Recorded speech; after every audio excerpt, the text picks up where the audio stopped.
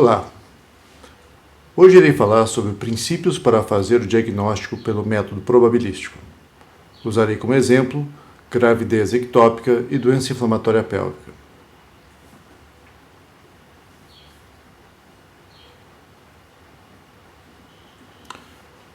Para fazer o diagnóstico de uma doença, é necessário saber quão comum é essa doença.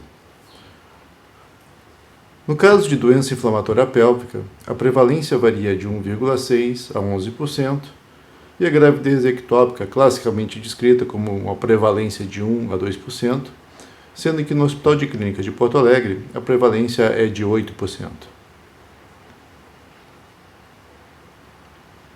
Uma vez estabelecida a prevalência, criamos uma barra de conduta, onde estabelecemos limiares para descartar e limiares para tratar. Entre esses limiares, continuaríamos a investigar a doença. O limiar para descartar a doença inflamatória pélvica, a gravidez ectópica, é dado arbitrariamente como menos de 1%, e para tratar a doença inflamatória pélvica, a partir de 1,6%. E no caso da gravidez ectópica, com mais de 80% de probabilidade, poderia-se indicar a videolaparoscopia. Vejamos agora dois casos: pacientes jovens com dor ou dor e sangramento, usuárias de anticoncepcional oral, sem atraso menstrual, sendo que uma delas tem uma história de febre, paciente 1, e a paciente 2 é fumante. Como podemos ver, os fatos incomuns nesses casos é dor recente e dor e sangramento. Na emergência ginecológica, deve haver um divisor de água entre as mulheres grávidas e não grávidas. As mulheres em idade reprodutiva que apresentam dor ou sangramento vaginal devem realizar um exame de HCG urinário independentemente da história. Uma avaliação do nosso serviço verificou que 18,5% das mulheres que chegam na emergência em idade reprodutiva com dor ou sangramento vaginal apresentam um teste de gravidez positivo e não sabiam. Portanto, é imperativo que se exclua a gravidez nesses casos. O método para fazer o diagnóstico de gravidez é o teste urinário do HCG, sendo que é mais adequado utilizar um teste que tenha uma sensibilidade de 10 milunidades por ml. Com isso, conseguimos chegar a uma sensibilidade de 100%.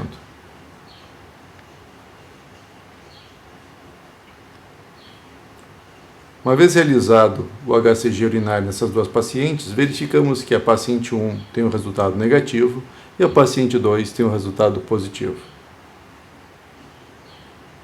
Vejamos a paciente 1, uma jovem de 20 anos, com dor abdominal e pélvica há 5 dias, usuária de anticoncepcional oral, tendo a data da última menstruação há 1 mês, e tem uma história de febre. Continuando na história, ela informa que tem um namorado novo há 1 mês, e no exame físico a dor é pélvica, e no exame de toque apresenta dor à mobilização do colo uterino. A apresentação clínica e algum fator de risco aumentam a chance de doença inflamatória, que agora é de 1,6% a 11%? A resposta é que não.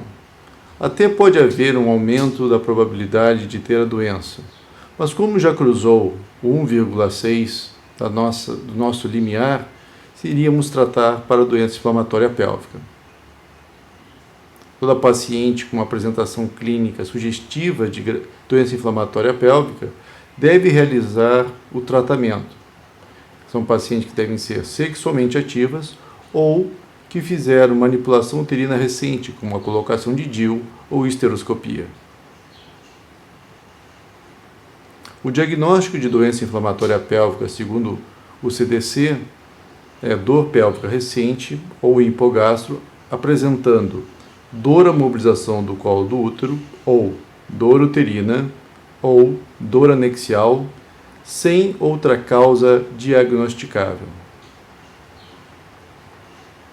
Nesse sentido, é importante pensarmos num diagnóstico diferencial para a DIP, entre ele endometriose, apendicite, gravidez ectópica, ruptura de massa anexial, torção de anexo, infecção do trato urinário, gastroenterite aguda, broncopneumonia, pielonefrite aguda, litíase renal e biliar, adenite mesentérica. Se não tenho certeza de que a paciente tem doença inflamatória pélvica, quando eu peço 4 exames e eles são negativos, no caso, sem leucocitose abaixo de 10.000, proteína C reativa menor do que 5, VSG menor do que 15 e ausência de leucorreia no exame direto a fresco, definido por menos de 3 leucócitos por campo de grande aumento, o valor preditivo negativo é de 100%.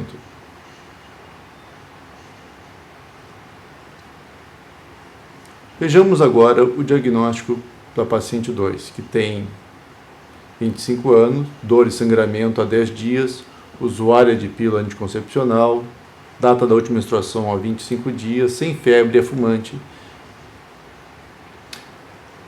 Essa paciente está grávida e a pergunta que se faz é se a apresentação clínica e algum fator de risco aumentam a chance de gravidez ectópica, que agora está entre 1 a 8%. Para tanto, devemos saber quais são os fatores de risco associados com a gravidez ectópica. Toda cirurgia pélvica, doença inflamatória pélvica prévia, infertilidade, tabagismo e uso de DIU são fatores de risco que alteram a anatomia da trompa uterina. Esses fatores de risco associados com a apresentação clínica, ou seja, se a paciente está assintomática, se apresenta dor abdominal, sangramento vaginal ou dor e sangramento vaginal, fazem com que aumentem a probabilidade pré-teste de ter a doença. Nesse caso, essa é uma paciente que tem uma apresentação clínica de dor e sangramento e, como fator de risco, ela é fumante. A probabilidade pré-teste de ter uma gravidez ectópica é de 54%. Na nossa régua de conduta, verificamos que 54% faz com que continuemos a investigar essa paciente. A maneira mais custo-efetiva de realizar a investigação nessa paciente deve ser feita a ecografia transvaginal. Os resultados da ecografia podem confirmar ou descartar doença gestacional extrauterina.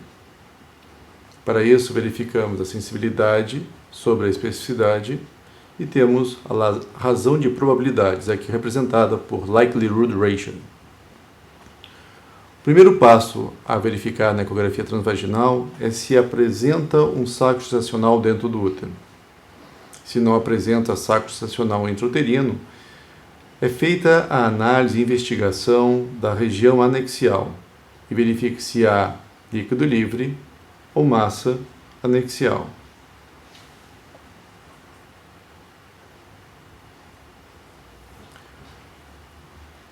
Vejamos agora a aplicação do resultado do exame. O paciente tem um fator de risco, ela é fumante, apresenta dor e sangramento, portanto a probabilidade pré-teste é de 54%.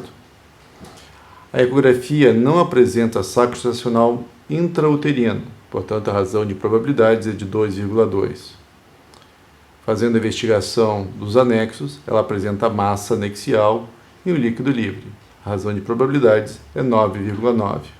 Multiplicando 2,2 vezes 9,9, teremos uma razão de probabilidades de 21,7.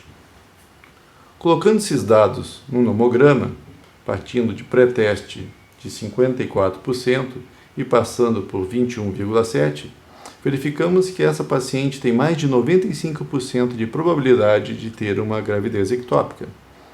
Nesse caso, de acordo com o nosso limiar, estaria indicado a videolaparoscopia.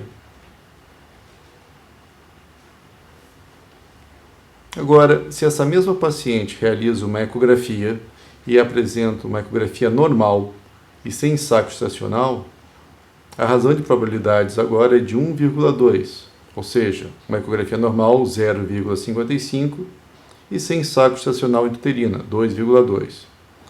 Partindo de 54, cruzando 1,2, a probabilidade pós-teste é de 58,5.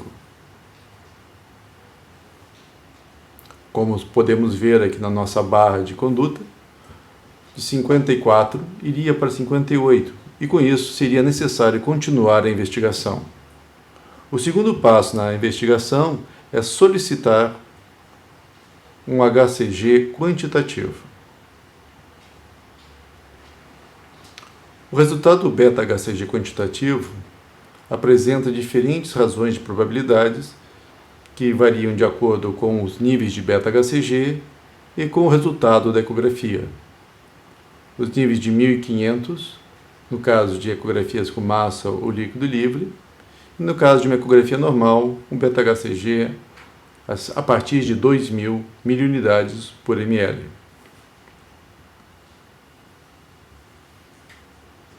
Vejamos então uma paciente com dor e sangramento, cuja probabilidade pré-teste era 54, fez uma ecografia que foi normal e não havia saco gestacional intrauterino, 1,2. A probabilidade pós-teste foi de 58,5. Agora essa probabilidade se tornará nossa probabilidade pré-teste. Com o resultado de beta-HCG de 1900, teremos o seguinte valor de probabilidade pós-teste.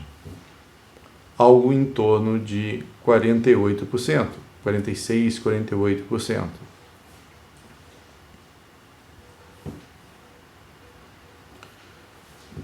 Nessa situação, seria importante realizar um segundo beta-HCG após 48 horas. Se houver uma diminuição maior do que 50% entre o primeiro e o segundo beta-HCG, a razão de probabilidades é zero. Se houver uma diminuição menor do que 50%, a razão de probabilidades é 0,8. E qualquer aumento faz com que a razão de probabilidade seja de 3,3. No nosso caso, uma paciente que tinha um beta-HCG de 1900, 48 horas depois passou para 500, descarta a hipótese de gravidez ectópica. O HCG e a sua duplicação a 48 horas foram revistos num trabalho de 2006. O aumento mínimo numa gestação tópica viável é de 35% e a diminuição maior do que 50% no HCG exclui gravidez ectópica. Contudo, mesmo utilizando esses novos dados, 12% das gestações ectópicas passam sem diagnóstico. Esse gráfico mostra que existe uma sobreposição do comportamento do beta-HCG em pacientes com gravidez ectópica e intrauterina. Vejamos, 21% das pacientes com gravidez ectópica apresentam um aumento compatível com uma gestação intrauterina, mas são gravidez ectópica. Da mesma forma, gestações intrauterinas, 1% delas apresentam um aumento não esperado para uma gestação intrauterina, mas como uma gravidez ectópica. Todavia, são gestações normais. A diminuição do beta-HCG se comporta como gravidez ectópica em 10% das pacientes com abortamento espontâneo e em 8% dos abortamentos espontâneos, as gravidezes ectópicas apresentam uma diminuição de beta-HCG parecido com o abortamento espontâneo. Esse gráfico nos demonstra que o dogma do aumento ou da diminuição do beta-HCG deve ser visto com muita cautela. Muito obrigado.